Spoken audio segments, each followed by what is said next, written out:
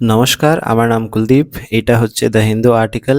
প্রত্যেকদিন সকালে আমরা দ্য হিন্দু আর্টিকেল নিয়ে আসি এবং যারা এই চ্যানেলের নিয়ে যে ইম্পর্ট্যান্ট ইনফরমেশন আছে সেটা যদি পেতে চাও তাহলে আমাদের একটা হোয়াটসঅ্যাপ গ্রুপ আছে। সেই হোয়াটসঅ্যাপ গ্রুপে যে আমরা ইম্পর্ট্যান্ট আর্টিকেল যেটা আজকে আমরা ডিসকাস করছি সেটা আমরা ওই হোয়াটসঅ্যাপ গ্রুপে আমরা দিয়ে দিই। ঠিক আছে? তো যারা যুক্ত হতে চাও তাদের জন্য লিঙ্কটা আমরা ডেসক্রিপশনে দিয়ে দিয়েছি, তারা ওইখান থেকে আমাদের সাথে যুক্ত হতে পারো।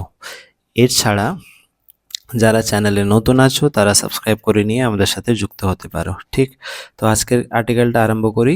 প্রথম আর্টিকেল হচ্ছে India gets US support in fight against terror. ঠিক আছে, এইখানে বলা হচ্ছে যে ইউএস আমাদের সাপোর্ট করছে ইন টেরর। ঠিক, তো এইখানে দুজন ইউএস অফিসিয়াল আছেন, তাদেরকে আমরা দেখে নেব তাদের বক্তব্যটা কি। প্রথম হচ্ছেন ডিফেন্স সেক্রেটারি, দ্বিতীয়জন হচ্ছেন সেক্রেটারি অফ স্টেট। ঠিক আছে, ডিফেন্স সেক্রেটারির বক্তব্য হচ্ছে যে এইখানে রাইট টু ডিফেন্ড ইটসেলফ। ঠিক আছে, এইখানে বলছেন উনি যে ইন্ডিয়াকে নিজেকে নিজে ডিফেন্ড করতে হবে। ঠিক, এটা হলো একজনের বক্তব্য।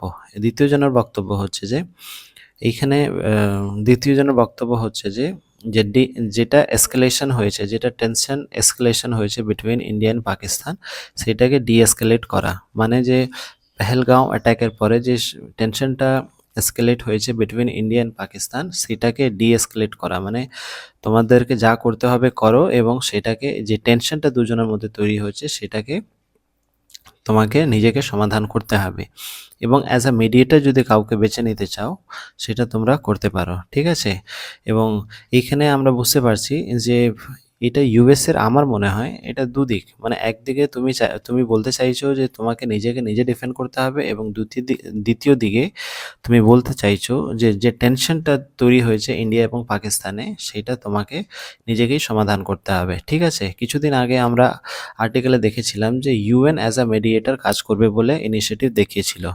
ইউএন বলতে ইউনাইটেড নেশন। ঠিক আছে, তো এটা হলো বেসিক্যালি দ্য আর্টিকেল।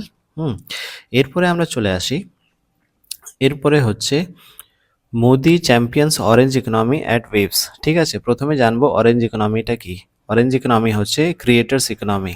ঠিক আছে, ক্রিয়েটার্স বলতে আমরা যে হোয়াটসঅ্যাপে দেখতে পাচ্ছি, ফেসবুকে দেখতে পাচ্ছি, ঠিক আছে, ইউটিউবে দেখতে পাচ্ছি, এটা হচ্ছে ক্রিয়েটার্স ইকোনমি, বা যে কোনো ডিজিটাল প্ল্যাটফর্ম, এটাকে বলা হচ্ছে ক্রিয়েটার ইকোনমি, যেখান থেকে ক্রিয়েটাররা নিজের লাইভলিহুড বেছে নিচ্ছে। লাইভলিহুড মানে যেখান থেকে তারা নিজের কালচার বা নিজের property, wealth and job create করছে।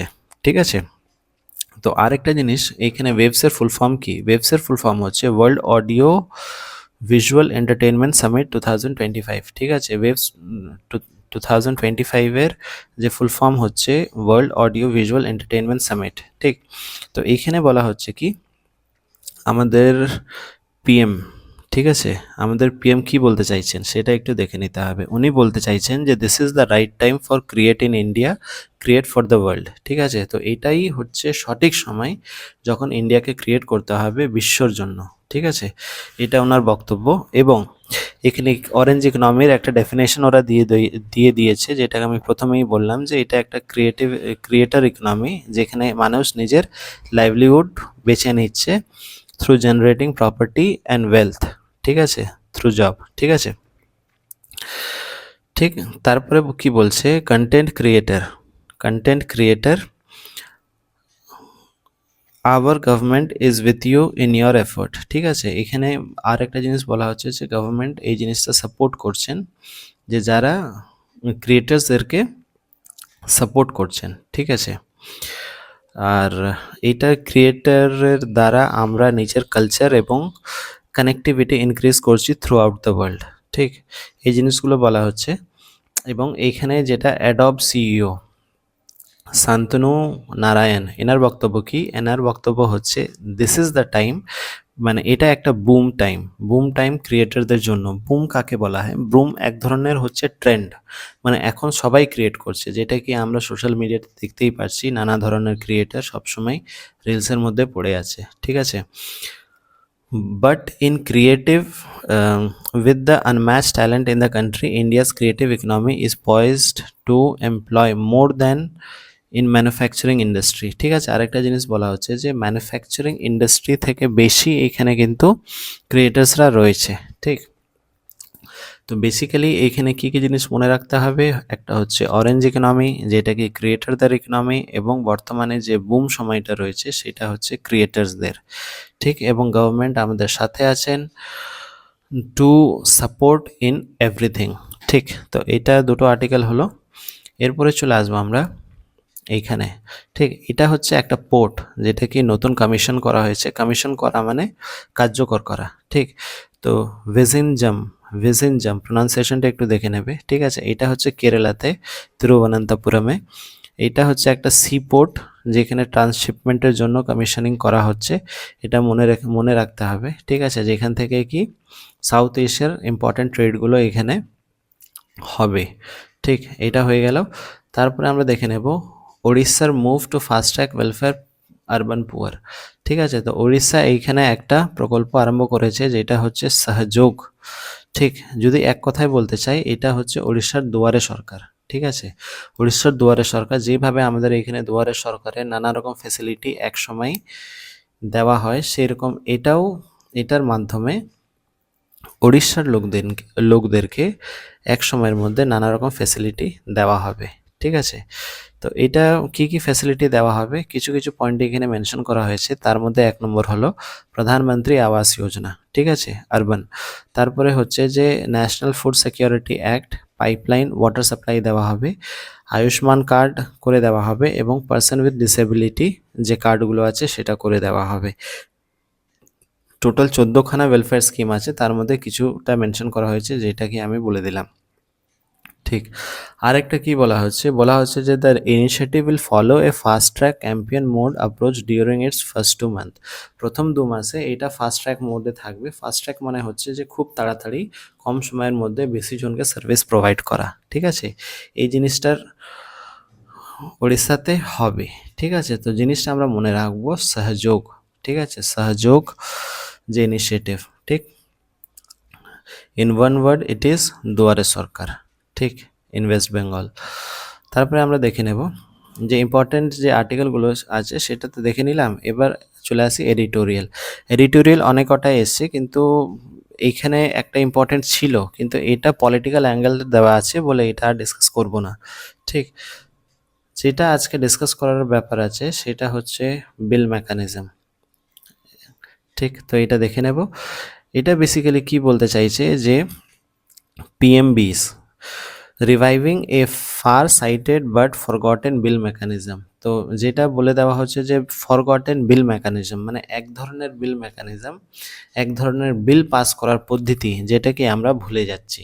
তো সেই পদ্ধতিটা কি সেটা আমরা দেখে নেব, ঠিক। তো একটা জিনিস বলে দিই অ্যাপার্ট ফ্রম এডিটোরিয়াল, তো যেটা বলার কথা ছিল, এডিটোরিয়ালে বেসিক্যালি কি দেওয়া হয় যে কোনো একটা ইস্যু, বর্তমানের একটা ইস্যু তৈরি করে, মানে ইস্যু যেটা চলছে সেটার উপরে দেওয়া হবে, এবং সেইটা ইস্যুটা কি, তার কনসার্নটা কি, এবং তার সমাধানটা কি, এই তিনটে জিনিসের উপরে ফোকাস করে এডিটোরিয়াল তৈরি করা হয়। আরেকবার বলে দিই যে বর্তমানের ইস্যুটা কি, এবং সেই ইস্যু নিয়ে কি কি সমস্যা তৈরি হচ্ছে, এবং সমস্যার সমাধানটা কি, সেই জিনিসগুলো আমাদের এডিটোরিয়ালে লিখে দেওয়া হয়, ঠিক। তো আজকের যে জিনিসটা বলছে সেটা হচ্ছে প্রাইভেট মেম্বার বিল। তো প্রাইভেট মেম্বার বিল কাকে বলা হয়? প্রাইভেট মেম্বার বিল তাকে বলা হয় যখন একজন মিনিস্টার, মানে যখন একজন মেম্বার অফ পার্লামেন্ট, ঠিক আছে, যে কিন্তু মিনিস্টার নয়, মানে পোর্টফোলিও হোল্ড করে না, ঠিক, সাধারণ একজন মেম্বার যখন একটা বিল প্লেস করে তাকেই আমরা বলি প্রাইভেট মেম্বার বিল, ঠিক আছে। তো এবার দেখে নিই, private member bill are the mechanism through which member of parliaments, একজন নর্মাল এমপি যার কাছে কোনো পোর্টফোলিও নেই, পোর্টফোলিও বলতে সে কোনো মিনিস্টার নেই, ঠিক আছে, মিনিস্টাররা করতে পারবে না, কিন্তু শুধু মেম্বাররা এই জিনিসটা করতে পারবে, ঠিক। তো এটা হলো প্রাইভেট মেম্বার বিল। বিল কাকে বলে? অনেকজনের মনে প্রশ্ন উঠে যে বিল মানে ওই দোকানে যে বিলগুলো আমরা দিই সে বিল না। Bill is a set of rules, ঠিক আছে, সেট অফ আইন, একটা আইন যেটা কি পেপারে লেখা, সেটাকে আমরা বলি বিল, ঠিক। তাহলে এবার চলে আসছি কনসার্নটা কি। কনসার্ন হচ্ছে যে since independence only 14 PMBs have been passed, মানে ইন্ডিপেন্ডেন্সের পর শুধু 14খানা পিএমবিস, ঠিক আছে, প্রাইভেট মেম্বার বিল এখন অবধি পাস করা হয়েছে, ঠিক। তাহলে এমন তো নয় যে সেটা প্লেস করা হচ্ছে না, তাহলে প্লেস করা হচ্ছে কত প্লেস করা হচ্ছে সেটাও আমরা দেখে নেব। বলছে যে 2019 থেকে 2024 729টা পিএমবি ইন্ট্রোডিউস করা হয়েছে, মানে লোকসভা বা রাজ্যসভাতে ইন্ট্রোডিউস করা হয়েছে, প্লেস করা হয়েছে, ঠিক আছে। এবং 705খানা রাজ্যসভাতে প্লেস করা হয়েছে, মানে 729 এবং 705খানা লোকসভা এবং রাজ্যসভাতে প্লেস করা হয়েছে। এর ছাড়া শুধু 14খানা, only 2 in Lok Sabha and 14 in Rajya Sabha have been discussed, ঠিক আছে, were ever discussed, মানে এতদিনে শুধু 2খানা লোকসভাতে ডিসকাস করা হয়েছে এবং 14খানা রাজ্যসভাতে ডিসকাস করা হয়েছে। তোমার একটা মানে ভেবে দেখো যে 729খানা বিল আফটার ইন্ডিপেন্ডেন্স লোকসভাতে প্লেস করা হয়েছে এবং 705খানা রাজ্যসভাতে, তার মধ্যে শুধু 2খানা লোকসভাতে ডিসকাস হয়েছে এবং 14খানা রাজ্যসভাতে। তো এটা একটা ভাবার বিষয়, ঠিক আছে। তারপরে চলে আসি যে এই যে আমাদের 2024 সালে যে বাজেট সেশন হয়েছে তার মধ্যে 64টা পিএমবি ইন্ট্রোডিউস করা হয়েছে, কিন্তু not a single word discussed, ঠিক।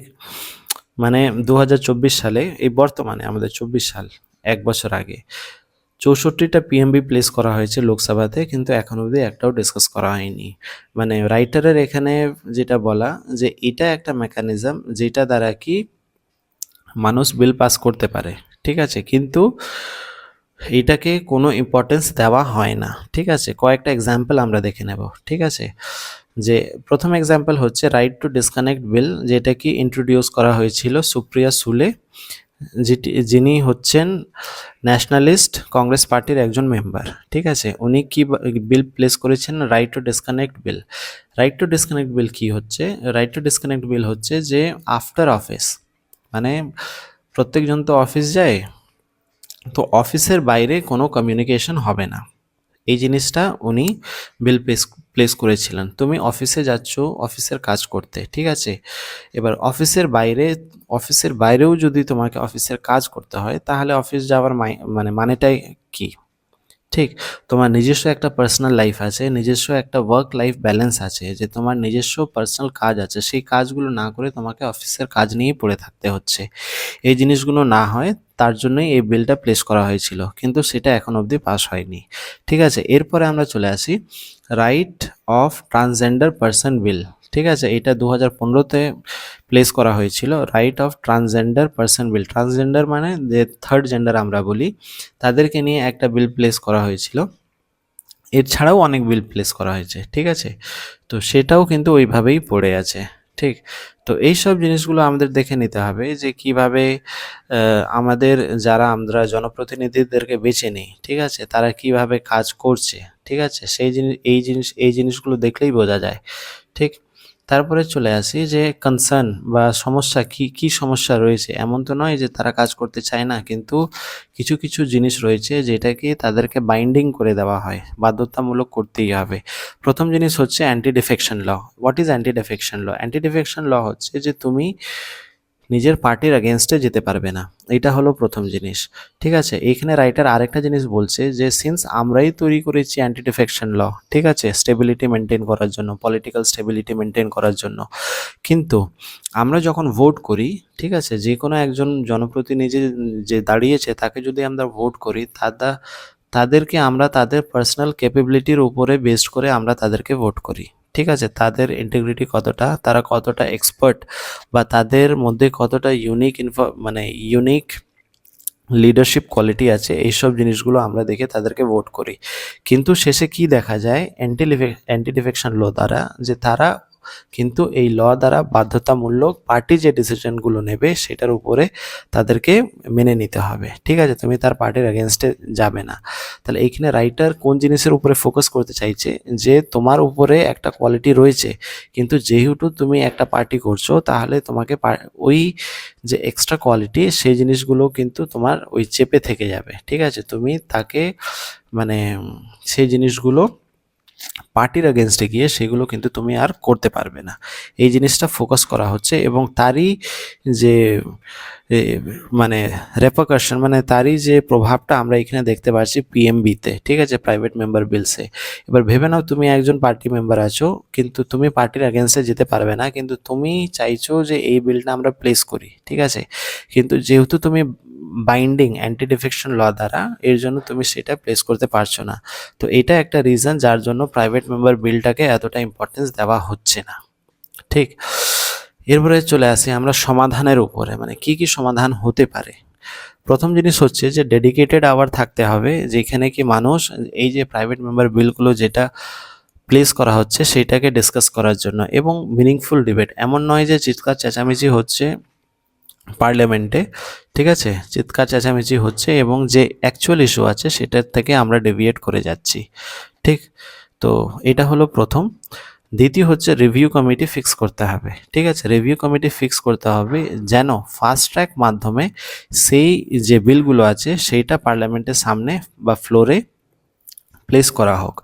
এমন না হয় যেটা কি তুমি একটা বিল প্লেস করলে কিন্তু সেটা পড়ে রয়েছে, যখন আসবে তখন আসবে এইরকম, ঠিক আছে। তো সেরকম না করে একটা রিভিউ কমিটি ফিক্স করতে হবে, সেই কমিটি যেন সময়ের মধ্যে সেই বিলটা ফ্লোরে প্লেস করে, ঠিক আছে। তারপরে কি হচ্ছে, তারপরে বলছে যে এক্সটেন্ডিং ওয়ার্কিং আওয়ার, ঠিক আছে, যতটা পার্লামেন্টে তো লিমিটেড সময় থাকে, এবং ওয়ার্কিং আওয়ার ইনক্রিজ করে এই বিলগুলো উপরে ডিসকাস করা হোক, ঠিক আছে।